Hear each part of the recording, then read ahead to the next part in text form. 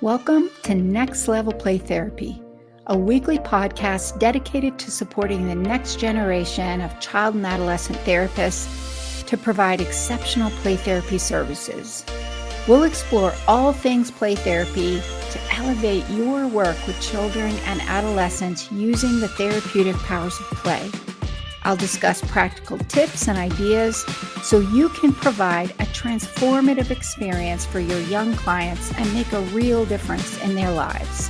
So get ready to take your play therapy skills to the next level and make a lasting impact in the lives of children, adolescents, and families.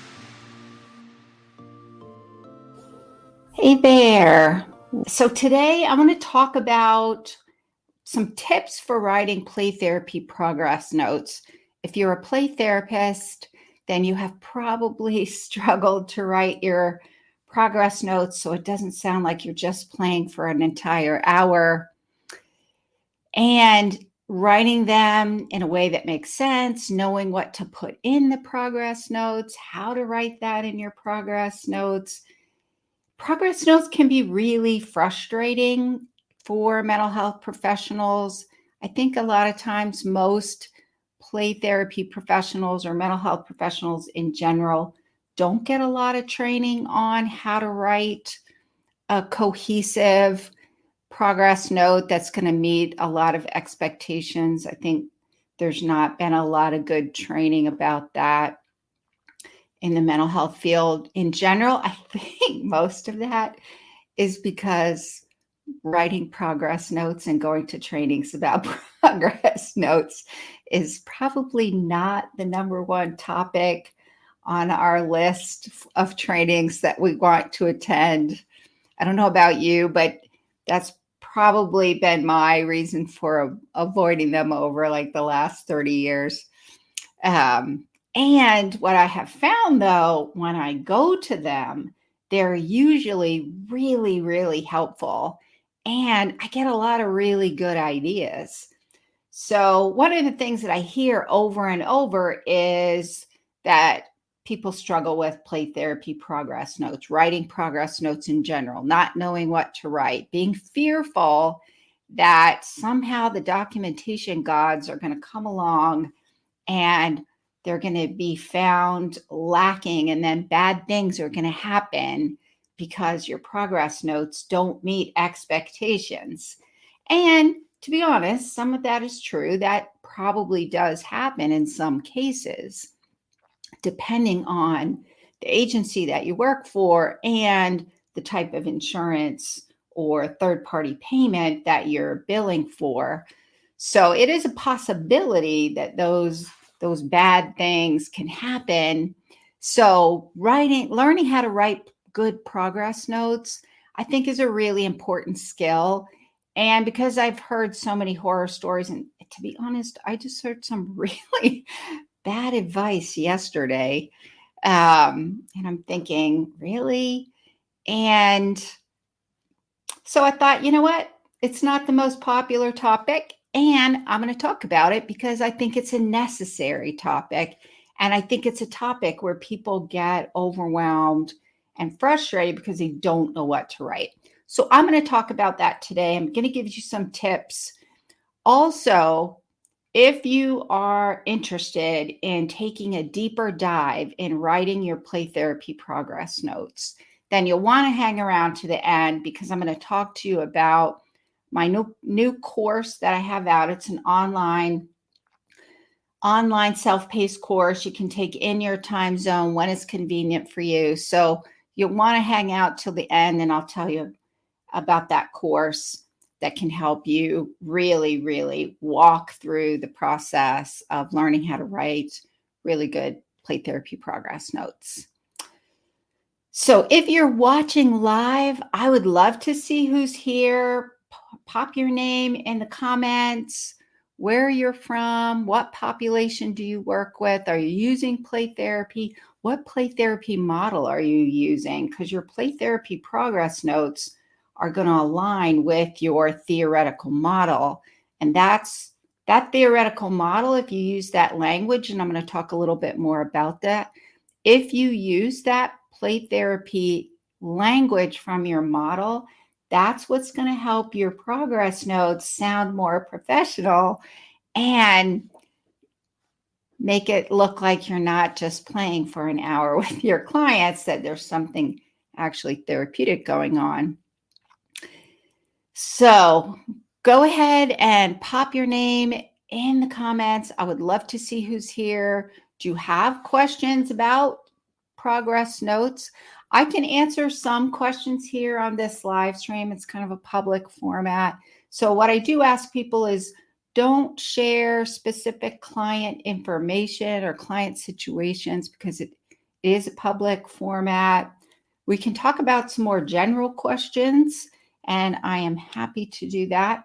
So if you have those, pop those in the comments. So we have Serafina. Hi, Serafina from England. Serafina, you and I tried to connect for a video call once, and it didn't happen. So sorry about that. Also, hi, Cathi, Emma Allen, art therapist and sand play therapist. Thanks for this talk. You're welcome. Yeah, I would say sand play and art are probably, those are expressive arts. So I find that people who do expressive arts oftentimes struggle a little bit to know how to put that in a cohesive note that actually looks professional and sounds therapeutic.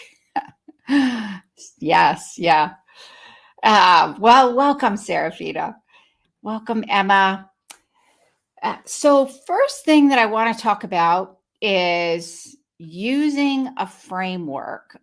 The benefits of using a framework, probably if you're in the mental health field, you've probably heard of SOAP notes because that's probably the most popular framework to use. So if you've used the SOAP format, go ahead and pop yes, write yes or SOAP in the comments. I'd love to see how many of you are using SOAP notes.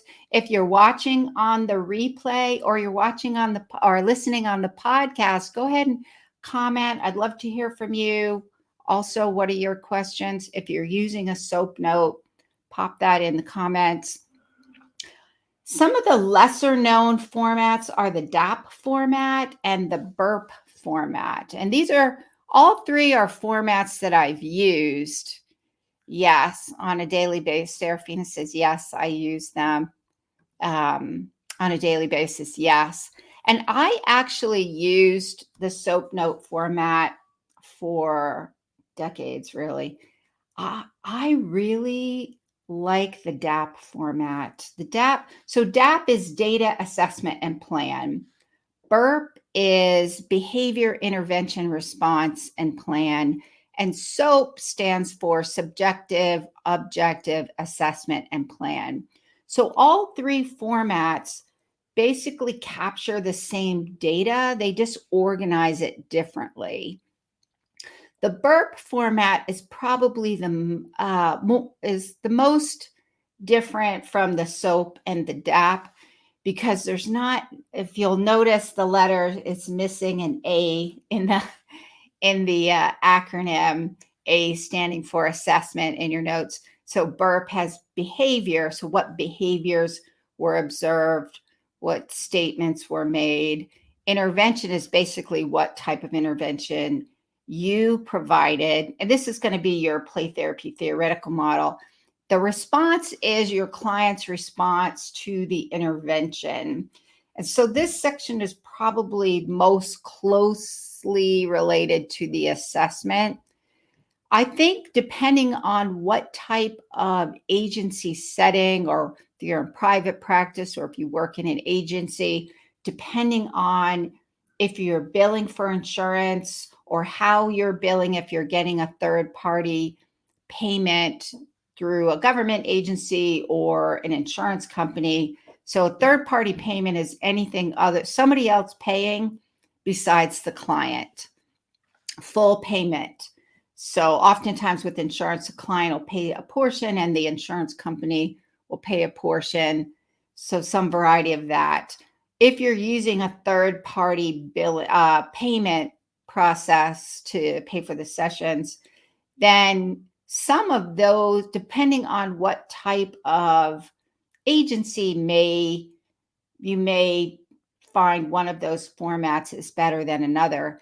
And the burp format I found is really helpful if you have staff who are not necessarily at the master's level, or if you have some more kind of bachelor level or more paraprofessional level, something like that, because it doesn't require that assessment. And the assessment section requires your knowledge, education, and experience.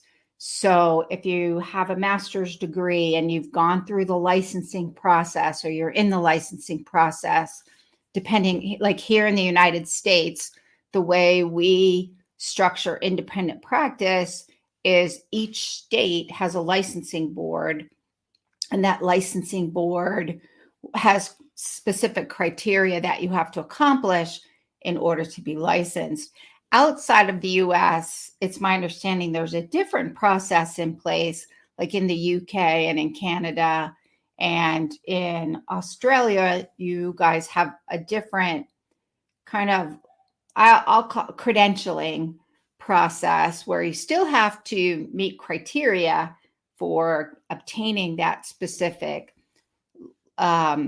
credential. So if you've had to go through a little more rigorous process, part of that process is learning how to assess and use your clinical decision making, your clinical judgment. So the DAP and the SOAP might be more effective. The burp might be more effective, depending on the work that you're doing and a variety of criteria. So the SOAP stands for subjective, objective, assessment, and plan. DAP stands for data. So data is like, what are they doing? What are they saying? What interventions did you use? A is assessment and P is plan. And then burp is BIRP, behavior, intervention, response, and plan. The thing that's nice about the framework is it takes the information from the session and helps you organize it so that it's a cohesive progress note that makes sense. And if you're, I've done some previous live streams on writing progress notes, really making sure you have the right kind of information. Again, in my play therapy progress notes course that I have out, I walk you through all of these frameworks. I walk you through what to put in each one using a specific theoretical model. Like I use 2 theoretical models and show you what that would look like in each of those frameworks using the language of your theoretical model. So if you're interested in a kind of a deeper dive on that, then you'll definitely want to stay and kind of listen more about the course. The second thing that I want to talk about, here's a way to think about your progress notes. So we're play therapists, art therapists, Santre therapists. We like to get into that creativity and use that metaphor. So if you think about your progress notes as your client's story, I love the metaphor of the hero's journey. So think about your progress notes as the hero's journey. You're telling the story of your client's healing in play therapy, and your progress notes are the way that you're telling that story. So, for example, you're identifying themes in each session and throughout the play therapy process. So that's going to provide information. Identifying those themes is going to provide information that you're going to use in your play therapy progress note and where you're going to put those. And you're also thinking about what are your clients communicating to you through their play, and this is going to be demonstrated through their themes. So identifying themes can be a really useful way to add information to your progress notes I typically put that in the A section, the assessment section. The other thing, so you're looking at the themes, you're looking at what your clients are doing, you're looking at all of those things, you're using that information in your progress notes. You're thinking about what your clients are communicating through their play, because that's the thing that makes play therapy different than typical adult-oriented talk therapy. In typical adult-oriented talk therapy, they're explaining things to you, or they're trying to explain things to you. When we're using art or play or sand tray, they can communicate that through that expressive modality, through that play therapy, through that play. And so what we know about play therapy is children communicate through their play. If you're an art therapist or using sand tray, they communicate through their art or through the sand tray. And we know that this is also kind of a projective modality. So there are things that are being expressed that are not necessarily being explained by your clients. So those are the themes that we can catch up on when that we can look at and use those in your notes. The other thing to think about is if we're using that hero's journey, we're using that storybook metaphor. Think about play therapy treatment as like a chapter in a book. So each session is a chapter, and you have many chapters throughout the change process. Or think about each stage, if you want a shorter chapter book, or less chapters in your book, you can think about each stage. And every play therapy model, your theoretical model is going to have specific stages that your clients are going to progress through. So if you think about those, you're thinking about those as your chapter, or thinking about each session as your chapter. What's going on in those sessions, and how does that change over time? So think about every good book has a beginning, a middle, and end. In the beginning, you're introduced to your character, you're getting to know them. In the middle is where all the change is happening. What are they encountering? What are they overcoming? How are they overcoming it? Who's in the chapter book? So think about play therapy if you're including parents or family, or you're having parent-only sessions. All of those are getting documented in there. So these are going to be documented throughout the change process. And are there any themes that are consistent throughout? You're documenting those, documenting how are they overcoming those challenges. And the other thing to consider is when you're thinking about the story that your clients are telling you, you also want to think about the language that they use. So just like if you were, let's say you're a native English-speaking therapist. Let's say your client is a native Spanish-speaking client, or a native German-speaking client. If you don't learn if you don't learn Spanish, it's going to make it really hard for you to communicate with your client. If you don't learn German, it's going to make it really hard for you to communicate and understand what they're saying. This is your play therapy theoretical model. So your clients are speaking to you. The language that they're using is play. That's the language that they're using. Or art, they're using art or sand tray. That's the language. You're looking at the behaviors, what they're creating and what they're doing. To fully understand that, this is where your play therapy theoretical model comes in. Your play therapy theoretical model helps you understand and make sense of what your clients are communicating. It also influences how they're going to progress through the change process, all those stages of change. It's going to influence how you understand that. It's going to influence how you recognize it. What are you looking for? What does that mean? How does that help you understand where they are in the change process and what they're working through. So using your play therapy theoretical model or your Santre model or whatever art therapy model that you're using, that's the language that you're speaking in your session and helping you to understand what's going on in the change process. And that's the language. Your progress notes are going to be written in that language. So, for example, if you are a Spanish therapist and you're providing services and Spanish, you're going to write your progress notes in Spanish.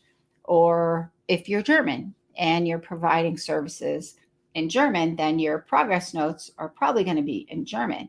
So just like that type of language, play is the language, and your theoretical model is the specific language that you're using, then you want to use terminology and language from your specific play therapy model.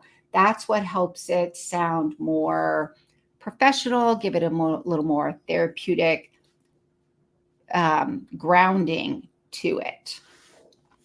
So you're using your play therapy theoretical model to ground all of that in your play therapy session. So that is it for today. Let me do a quick recap. So one of the first things you want to do is think about what progress note framework you're using. For example, are you using a SOAP note? Are you using DAP? Or are you using BURP? Because that's going to determine what you put and where.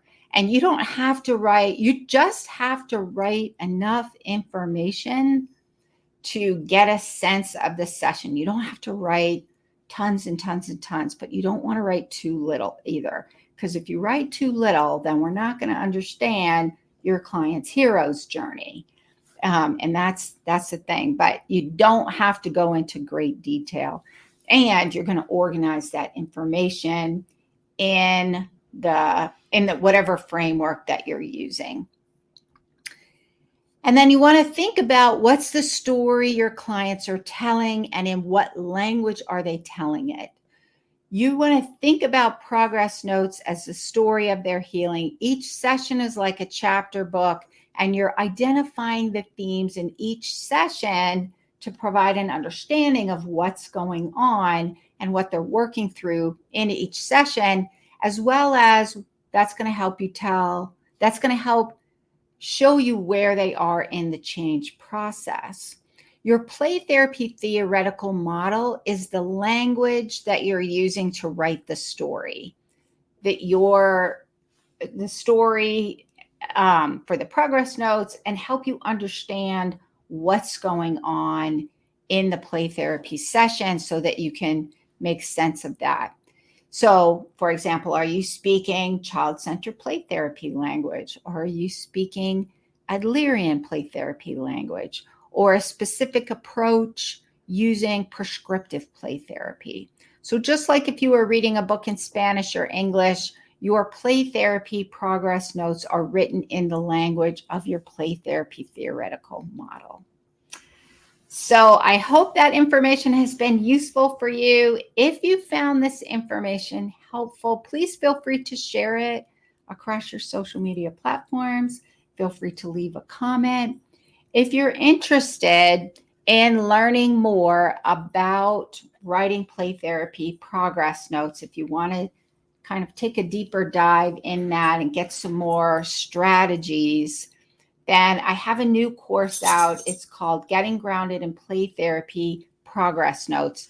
And in the progress notes, it's all self-paced. So there are pre-recorded modules and activities in there that walk you through the application of what you're learning in the videos.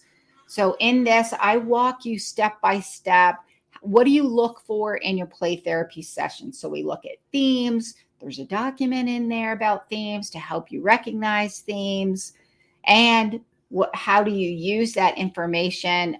I use case studies that gives you using specific play therapy models. So there's 2 play therapy models that I use, help you understand how to organize that using the different frameworks. I walk you through what that would look like using a different format. I also walk you through just some strategies and tips in some of the, there's 2 bonus modules in there. One of them is how to write your progress notes more quickly. So some tips about writing progress notes. There's also some kind of ethics and cultural tips in there as well, making sure that you write ethically and culturally grounded progress notes. So there are play therapy CEs available for that. And if you're interested in the play therapy course or some of my other play therapy courses, I have a whole series on getting grounded in play therapy foundations, getting grounded in case conceptualization, treatment plan writing, and now this one on progress notes. So the one, if you're interested in the courses or if you're interested in the play therapy progress notes course, then hop over to my website at rhplaytherapytraining.com/courses. I'll also drop that in the comments so you can check out the link. Serafina said I would be interested. That's awesome. Hop over there to my website. You should be seeing a link in the comments as well if you're interested. The website is RH, like Renewing Hearts, rhplaytherapytraining.com/courses. And so if you found this information helpful, please share it across your social media platform. Also, I go live every week on Wednesdays, typically at 7 a.m. Pacific time here in the US. And I talk about all things play therapy and expressive arts. And I will see you next time. Bye for now. Thank you for joining me on this episode of Next Level Play Therapy. I hope you found the discussion valuable and gained new insights and ideas to support your work helping children, adolescents, and families heal. If you enjoyed this episode, be sure to subscribe to the podcast and leave a review. Your feedback helps to improve and reach more people who can benefit from this information. Remember, play therapy is a powerful tool for healing and growth. Whether you're a new play therapist or experienced, I encourage you to continue your learning journey to unlock the potential of play in your own work and relationships. If you have any questions or topic suggestions for future episodes, I'd love to hear from you. Connect with me on social media and visit my website at Renewing Hearts Play Therapy Training to stay updated on upcoming episodes, trainings, and resources. Thank you once again for listening to Next Level Play Therapy. Until next time, keep playing, learning, and growing.